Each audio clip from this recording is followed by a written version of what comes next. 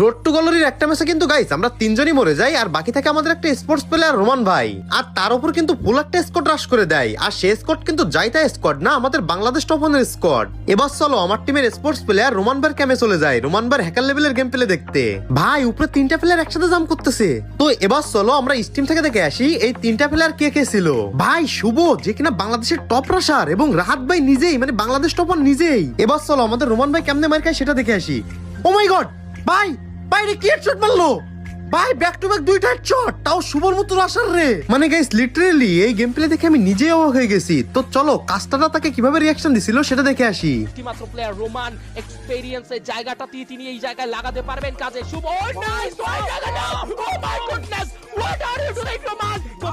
Come on, double knock in a row, double headshot ভাই, this is Roman. কি বুঝলা? যদি কিছু বুঝে থাকো তাও ভিডিওতে লাইক করো, না বুঝলেও লাইক করো।